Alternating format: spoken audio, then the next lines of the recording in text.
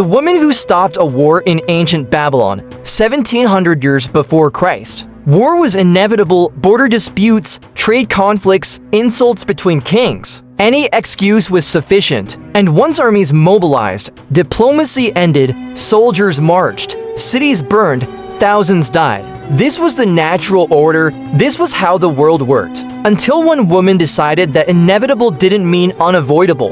This is the story of how a merchant's daughter prevented a war between two kingdoms using nothing but mathematics, economics, and the courage to walk between armies. Meet Shala-Ishtar, 28 years old, daughter of Babylon's wealthiest textile merchant. She had grown up surrounded by trade negotiations, supplier contracts, and profit calculations. While other wealthy daughters learned music and poetry, she learned accounting and market analysis. Her father had encouraged this. Business doesn't care about gender, he told her. Numbers don't discriminate. If you can calculate profit better than men, you'll succeed. She became his chief negotiator, handled complex contracts with foreign suppliers, managed relationships with traders from across Mesopotamia. She was brilliant at finding mutually beneficial arrangements, at solving problems where both sides could win. That skill was about to be tested. The kingdom of Larsa and the kingdom of Isin had been rivals for generations, separated by 70 miles of farmland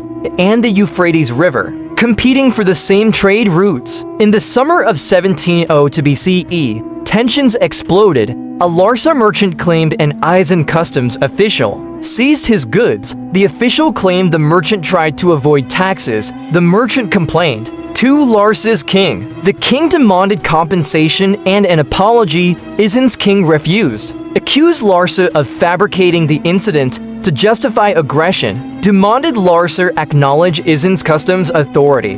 Both kingdoms mobilized armies. War seemed inevitable. Babylon was caught between them, geographically, economically, politically. Hammurabi wanted to avoid choosing sides, but neutrality was becoming impossible.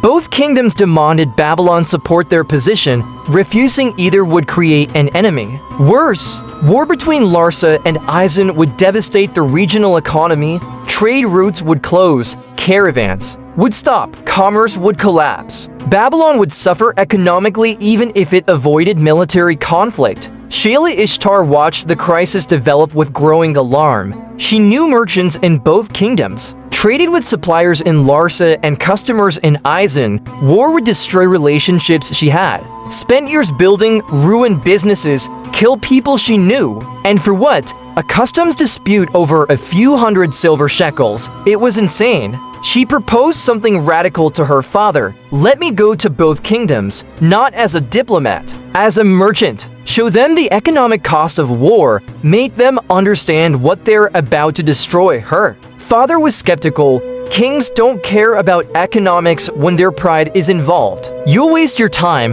possibly get killed. But Shala-Ishtar had a different calculation. Kings care about power. Power requires money, money requires trade. I can show them that war will cost them more power than winning will gain them. She traveled to Larsa first, requested audience with the king's economic advisors, not the military commanders planning invasion, the bureaucrats who managed the kingdom's finances. She brought data, clay tablets showing trade volumes between Larsa and Isin, revenue from customs taxes, economic value of the trade routes that would close during war, the cost of maintaining an army in the field, the opportunity cost of soldiers not farming or producing goods. Then she showed them the calculation that mattered. War will cost Larsa approximately 12,000 silver shekels, another 8,000 in lost trade revenue, and approximately 5,000 in post-war reconstruction. Total cost,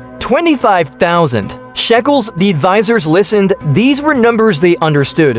What's your point? They asked. The customs dispute is over 400 shekels. You're about to spend 25,000 shekels to win an argument about 400. That's not strategy, that's economic suicide. She let that sink in, then delivered her proposal. What if I could get Isin to pay 800 shekels, double what you're claiming? plus a formal acknowledgement of Larsa's customs authority. In the disputed zone, would that satisfy your king's honor? The advisors were intrigued but skeptical. Isin will never agree to that. Their king has already refused to pay anything. Because you demanded an apology, Shala-Ishtar replied, apologies cost pride. Money costs silver. Let me offer them a different calculation. She traveled to Isin, made the same presentation to their economic advisors, showed the same devastating cost of war, then offered a different framing. Your king refuses to apologize because he believes Larsa is fabricating the customs incident. But what if this isn't about the incident?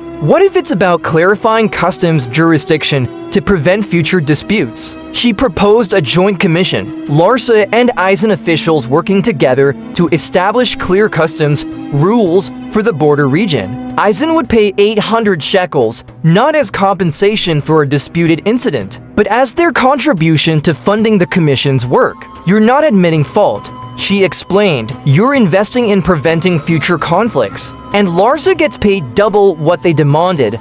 Both kingdoms can claim victory. The Isin advisors were interested but suspicious. Why does a Babylonian merchant care about preventing our war with Larsa? Shala-Ishtar was honest because war destroys trade. I have contracts with suppliers in your kingdom worth 3,000 shekels annually. If you go to war, those contracts become worthless. I'm here to protect my business. But protecting my business requires protecting yours. It was refreshingly honest, self-interested but mutually beneficial. The advisors appreciated the transparency. Both kingdoms considered her proposal. The economic case was undeniable. War would cost both sides far more than peace. But pride remained an obstacle. Kings didn't like admitting they'd been manipulated into de-escalation by a merchant's daughter. Shala-Ishtar solved that problem through Hammurabi. She convinced Babylon's king to publicly propose the Joint Customs Commission as a neutral third party, offering to host the commission in Babylon,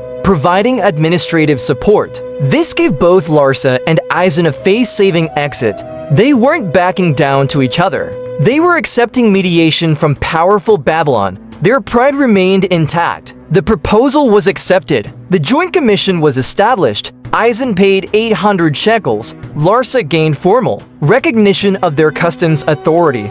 Both kingdoms demobilized their armies. The war that had seemed inevitable never happened. Shala-Ishtar returned to Babylon quietly. She didn't seek credit, didn't announce her role. This wasn't about personal glory. It was about preserving the trade networks that made her business possible. But people knew. Merchants in all three kingdoms understood what had happened. The woman who had carried economic analysis between hostile courts, who had shown kings that war was bad business, who had prevented a conflict that would have killed thousands. Her reputation transformed. She became known as the merchant who understood that peace was more profitable than war. Other kingdoms requested her consultation during disputes, not as a diplomat, as an economic analyst showing the true cost of conflict. She never held official position, never commanded armies or governed territories, but she prevented 3 more wars during her career. Through the same method, showing both sides that the cost of war exceeded the value of winning. Her father asked her once why she cared. You're already wealthy. Why risk your life walking between armies to prevent wars that don't directly threaten you? Her answer was simple, because war destroys markets, and I'm a merchant. I don't profit from destruction, I profit from exchange. Peace is better business. Shala-Ishtar died at 53, wealthy, respected, remembered not for the fortune she built, but for the conflicts she prevented, the wars that didn't happen, because she convinced powerful men that mathematics mattered more than pride. Today, we have clay tablets documenting the Larsa-Isin Customs Commission, evidence that ancient kingdoms could resolve disputes through negotiation rather than war. That economic analysis could prevent conflict. That one person with good data and courage could change outcomes that seemed inevitable. The woman who stopped a war understood something that modern world still struggles to accept, that most conflicts aren't solved by defeating enemies, they're solved by showing both sides that cooperation costs less than conflict. that. Mutual benefit beats mutual destruction. She didn't preach peace, she calculated profit, and proved that the most powerful weapon isn't the sharpest sword, it's the most accurate ledger. The woman who stopped a war, silent Babylon, where ancient civilizations speak.